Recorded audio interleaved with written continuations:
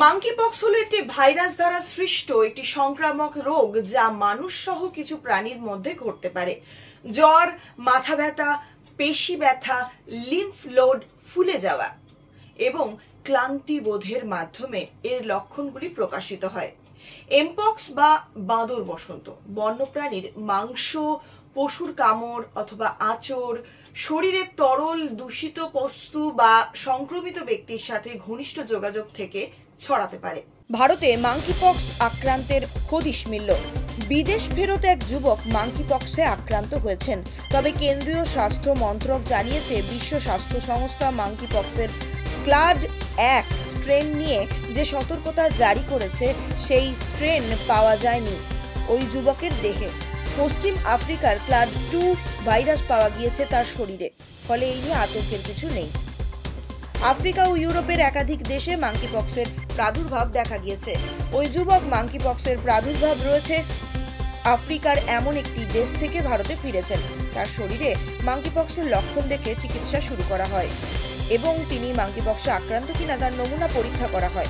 নমুনা পরীক্ষা করে জানা যায় ওই যুবকের এমপক্সে আক্রান্ত হয়েছেন। তারপর মাঙ্কিপক্স নিয়ে আলোচনা শুরু হয়েছে। কি এই মাঙ্কিপক্স, কতটা ক্ষতিকর? মাঙ্কিপক্সের সঙ্গে বাঁদরের কোনো সম্পর্ক রয়েছে কিনা সেই প্রশ্নও উঠেছে। স্মল পক্স ভাইরাসের সমগোত্রের মাঙ্কিপক্স এই ভাইরাসটি 1958 সালে প্রথম এই ভাইরাস চিহ্নিত হয়। ল্যাবরেটরিতে বাঁদরের মধ্যে এই ভাইরাস পাওয়া যায়, সেই জন্য এই ভাইরাসের নাম দেওয়া হয় মাঙ্কিপক্স। কিন্তু বাঁদরের মধ্যে এই ভাইরাস কিভাবে এলো তা কখনো জানা যায়নি।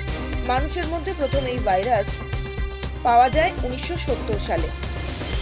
কঙ্গোতে মাঙ্কিপক্সের লক্ষণ। চিকিৎসকরা বলেছেন মাঙ্কিপক্সে আক্রান্ত হলে চামড়ায় র্যাশ দেখা যাবে, জ্বর, মাথায় যন্ত্রণা, পিঠে ব্যথা, পেশি ব্যথা হবে। 2 থেকে 4 সপ্তাহ থাকবে এই লক্ষণগুলি। বেশিরভাগ ক্ষেত্রে এই ভাইরাসের প্রভাব খুব একটা বেশি হয় না। মাঙ্কিপক্সে আক্রান্তরা সহজেই সুস্থ হয়ে যান। কিছু ক্ষেত্রে এই ভাইরাসের প্রভাব মারাত্মক হয়, তখন অ্যান্টিভাইরাস চিকিৎসার প্রয়োজন পড়ে। আসুন জেনে নিই কিভাবে মাঙ্কিপক্স ছড়ায়। চিকিৎসকরা বলছেন আক্রান্ত ব্যক্তির লালা, ঘাম থেকে এই ভাইরাস ছড়ায়। আক্রান্ত ব্যক্তির ব্যবহৃত জিনিস থেকেও অন্যের দেহে এই ভাইরাস ছড়িয়ে পড়ে। আক্রান্ত মহিলা গর্ভবতী হলে তার গর্ভস্থ সন্তান মাঙ্কিপক্সে আক্রান্ত হতে পারে। মাঙ্কিপক্স নিয়ে নির্দেশিকা কেন্দ্রের। সোমবারই রাজ্য ও কেন্দ্রশাসিত অঞ্চলগুলিকে মাঙ্কিপক্স নিয়ে নির্দেশিকা পাঠিয়েছে কেন্দ্র।